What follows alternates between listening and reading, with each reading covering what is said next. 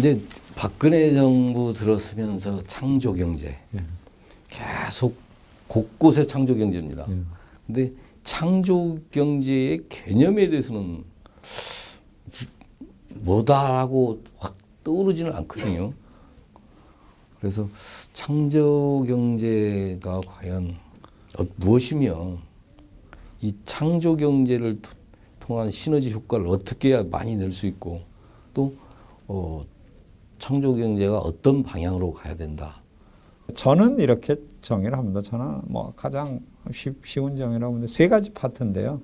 세 가지 파트인데 가장 많이 나오는 게 역시 창조니까 이 ICT 그러니까 뭐 정보통신기술, ICT 벤처 창조하는 게 벤처 많이 나오고 그러니까 ICT 벤처 아까 얘기한 문화 그러니까 어떤 이런 새로운 기술, 새로운 뭐 나노, 새로운 기업, 뭐 새로운 문화 이거를 강조하는 게 그러니까 호킨스라는 사람이 이제 크리에이티브 이코노믹 창조 경제 해가지고 썼던 것도 고향반도 제일 초점을 둔 게 창조 산업, 창조 산업에 연관되는 게 그분은 이제 주로 문화 쪽 얘기를 했는데 우리는 좀 더 넓혀서 이제 컴퓨터, 뭐 정보통신, 그 다음에 벤처 이렇게 그러니까 이런 게 크게 보면 첫 번째 파트의 창조경제 컴포넌트고요.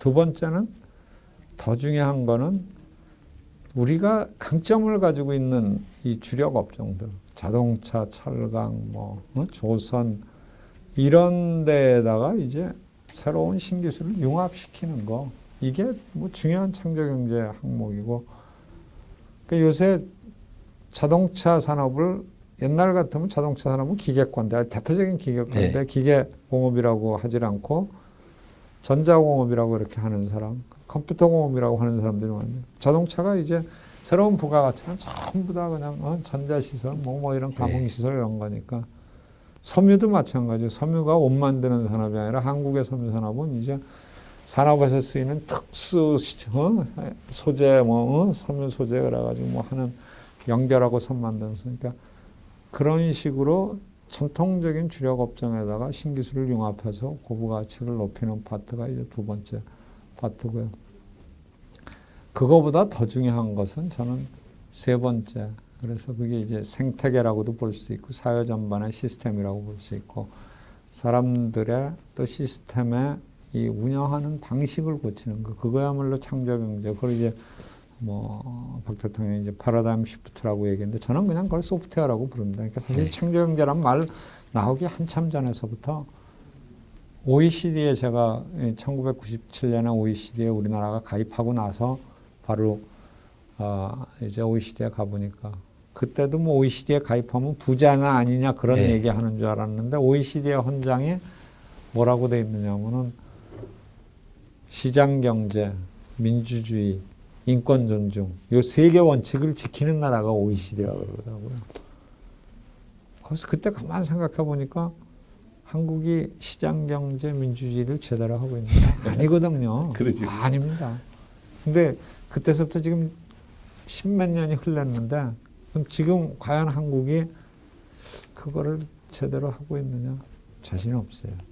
그리고 저희가 이렇게 연구를 KDI에서도 연구를 해보면은 그런 거를 시스템이라고도 표현하고 뭐 사회적 자본이라고도 표현하고 법질서 지수. 그러니까 저는 이제 정부에서는 그 법질서 지수라 그래서 데모하지 말라는데 그게 아니라 그런 기업 지배 구조, 정부의 운영 구조, 뭐 지적재산권, 투명성, 부패 이런 거를 아우르는 이런 정부, 기업, 사회 운영 시스템인데 여기에 획기적 그게 이제 아까 말씀드린 서비스업 규제하고도 연관됩니다. 그러니까 여기를 고쳐 나가는 게 아주 창조 경제의 무지하게 큰 틀인데 쉽지는 않습니다. 우선은 교육 제도부터도 저는 이렇게 얘기하고 있습니다만은 뭐 거의 모든 분들도 그래봐야 다시 이제 입시 얘기 나오면 그냥 모든 언론이 그 입시 커버하고 뭐 그렇게 하는 수밖에 없는데 이렇게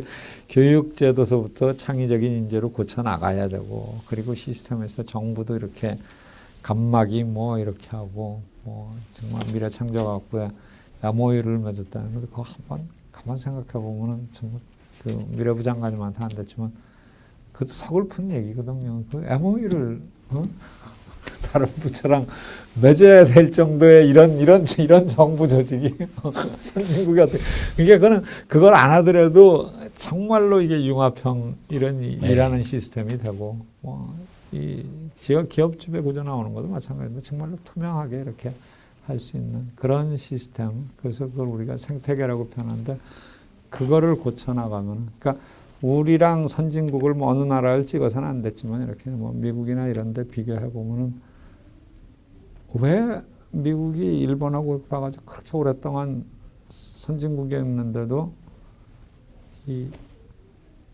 2점 몇 프로의 성장이 가능할 수 있을까? 뭐 성숙해가지고 다 할 것도 없어요. 근데 그런 그 제도적 시스템에 플렉시빌리티가 있거든요. 예. 근데 우리가 그런 부분의 경직도가 지금 해결하지 않으면 정말 어렵고 그런 의미에서 보면 창조경제가 상당히 중요한데 말씀하신 대로 우선은 제일 중요한 게 아까 그 세 번째 파트예요. 그러니까 뭐 교육의 창의성서부터 전반적인 건데 워낙에 오래 걸리니까 근데 사람들마다 좀 공감하는 분도 있어요. 그런 측면에서 보면 박 대통령이 아주 잘 그걸 내세웠는데 이거야말로 5년에 끝날 게 아니라 정말 한 10년, 15년이든 꾸준히 해야 되는 그런 책이 맞습니다.